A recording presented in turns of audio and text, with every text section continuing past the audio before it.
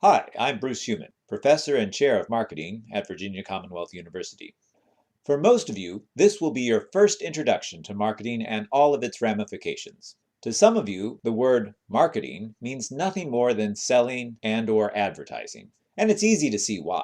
This is reinforced daily each time you see marketing jobs advertised that are really just sales positions.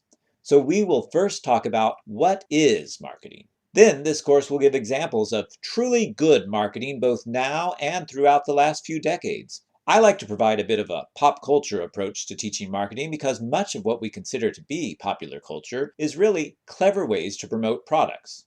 Products being goods, services, people, or ideas. For example, music videos promote artists and songs. Also, social media sites use consumer behavior principles to keep users engaged and coming back to their platforms. At this stage, some of you may be a little apprehensive about the course. When you enrolled in this course, you thought you might learn about selling and advertising. But now that you've looked over your textbook and the tentative course schedule, you have discovered there's a lot more to marketing than just those two subjects.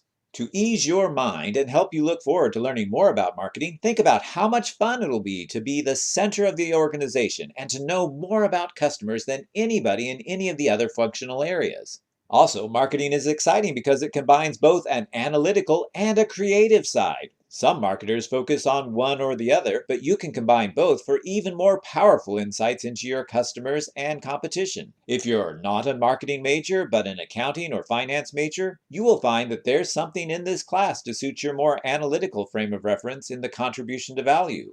On the other hand, the advertising types, marketing creatives, the artists, the designers, and those among you who hope to become fashion mavens can rest assured that although you will need to understand the more logical areas of marketing, your intuition and flair for creative expression can still reign supreme in this field. Marketers engage in marketing activities to help people satisfy their needs and desires. Question: do you think that marketers have the power to control our desires or create needs? Well, the answer is no. We are born with certain needs: the need for food, shelter, communication, status, security. What marketers do is create awareness of how these needs might be satisfied. Finding new ways to satisfy a need is a good way to be successful. For example, Federal Express created the overnight mail market by finding a new way to satisfy people's need for communication. Instead of using the mail for written communication and packages across long distances, consumers could now FedEx something and it would get there overnight rather than in a week. Email providers and social media platforms have also built their success on finding new ways to meet this need. When I was a kid and you ordered something, the standard delivery time was 6 to 8 weeks. Now it ranges from overnight to 2 weeks at the most. Part of this is because FedEx developed new ways to send packages and competitors copied the basic idea to improve their service. Amazon has further shortened delivery times. I can now order something online that may be delivered the very same day. Over its history, marketing has seen different eras that emphasize different aspects of the marketing exchange. The different eras include production, selling, relationship, and social eras. In the first of these, the production era, the key was getting products into the hands of consumers. So marketing focused on production of new products and distribution of products. As competition increased, we moved into the selling era, where marketing focused more on sales. In the 1990s, marketing began to focus on building long-term relationships with consumers, as it became apparent that long-term relationships were the key to brand loyalty and long-term profitability. We're now in the social era. The social era emphasizes sharing, not telling. In the social era, the social object that unites most people isn't a product, it is a shared value or purpose. When consumers support Firefox, for instance, they are saying that they believe an open web browser that is available to the world is more important than a corporate-owned web browser. By supporting TEDx, a volunteer army of people are saying they believe that smart ideas get people to think more about their world, and that's a cause worth putting their energy into. In the social era, you can't just add a social media site to your existing marketing model. Instead, you try to create co-creative relationships with your consumers. A good example is Goodreads, which has created a group of passionate book enthusiasts who create content and share it on Goodreads' site.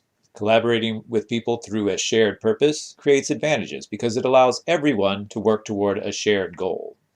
Second, marketers now have an increased understanding that the consumer is critical to effective and profitable marketing strategies. Marketing emphasizes tailoring the marketing mix to the customer's wants, needs, and preferences. Sometimes you have two or more distinct groups of customers for the same product, even within the same country. A good example of this is Corby Distilleries, which found that English Canadians responded well to status appeals, but French Canadians felt intimidated by them. So Corby Distilleries developed different ad campaigns for Courvoisier Cognac for each group. English ads emphasized status. French ads associated the brand with Napoleon. Marketing research found that appealing to the distinct values of customers in each of these market segments helped Corby become more successful in Canada.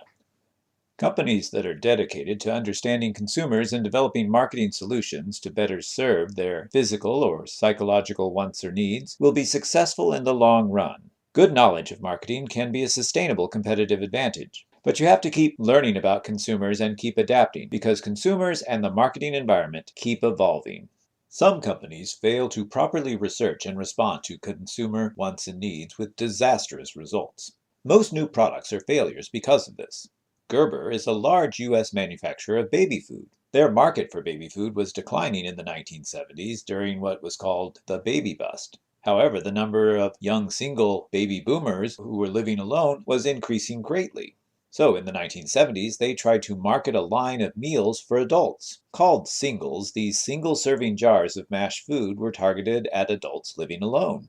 Why do you think this failed? Nestle launched a yellowish carbonated drink called Tea Whiz. Why do you think this failed?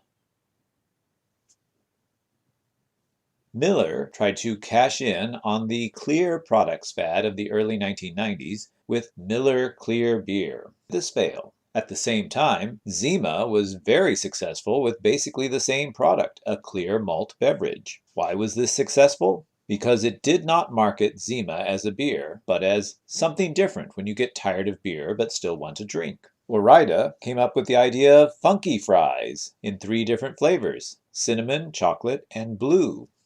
A director of New Product Works, a product marketing consultancy, said, "Kids already like plain French fries. Why try to make them more friendly to kids?" Also, part of the problem was that chocolate in French fries is so different that consumers could not categorize it. Is it a dessert? Is it a side? Do you serve them with hamburgers or ice cream? You can see part of the problem there.